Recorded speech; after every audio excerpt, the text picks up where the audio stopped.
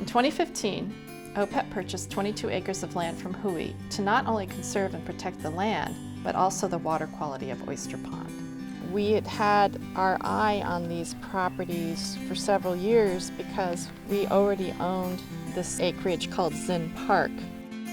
We had always been worried about any kind of development on this property because it would have an outsized impact on the wetland system here, which drains into Oyster Pond. So it links together Zinn Park and Spore Gardens.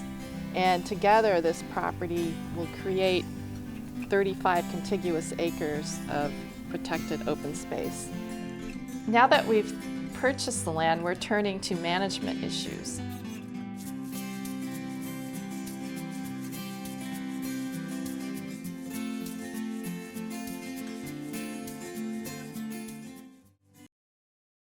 One of the first steps when purchasing land is to check the boundaries of your property.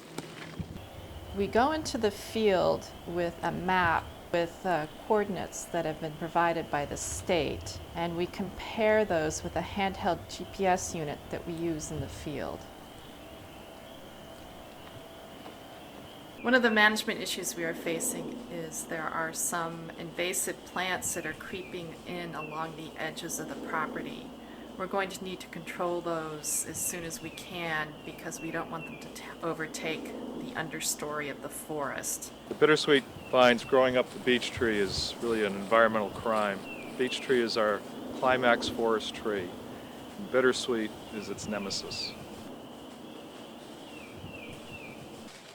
A fun aspect of managing land has been exploring the property and discovering some really interesting and beautiful features, some of which we had no idea were there.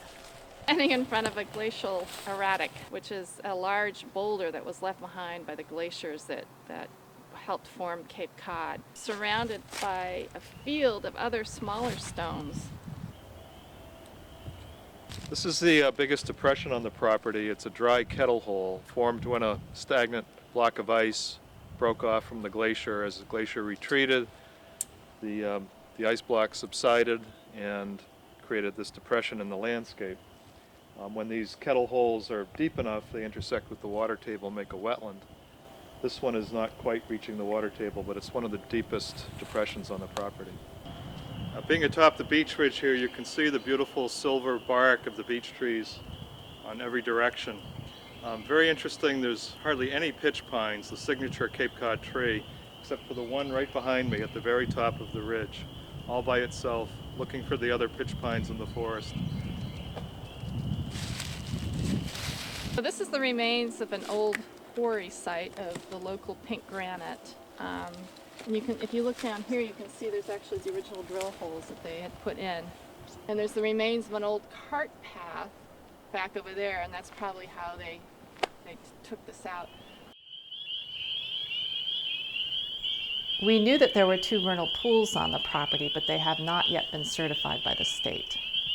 So the way that we certify a vernal pool and make it an official vernal pool, subject to additional regulations under the Wetlands Protection Act, is to identify certain species that have to live in these pools. The most common is the spotted salamander, which is native to the Cape Cod forest. And if we can find at least 5 egg masses, that's enough to certify the vernal pool, and we can submit those results to the state for certification.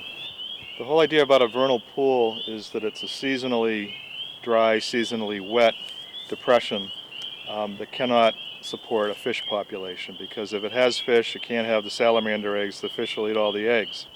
So into the pool we go looking for egg masses.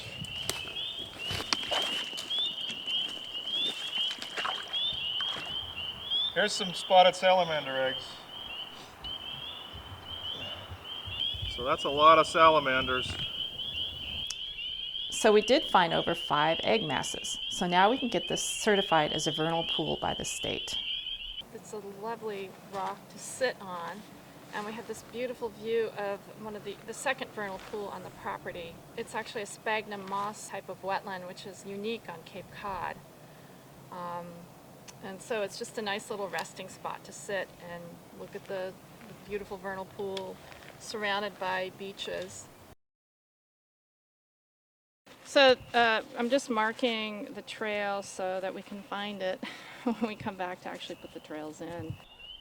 When we lay out the trails, we think about a couple of things. We think about what are some nice features to highlight.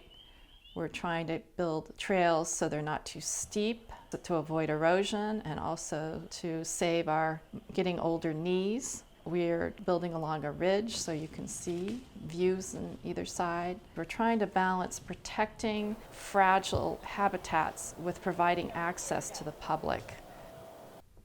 Once the trails are complete, this will be a wonderful place to walk. We're really excited about getting people onto the land to see how special it is.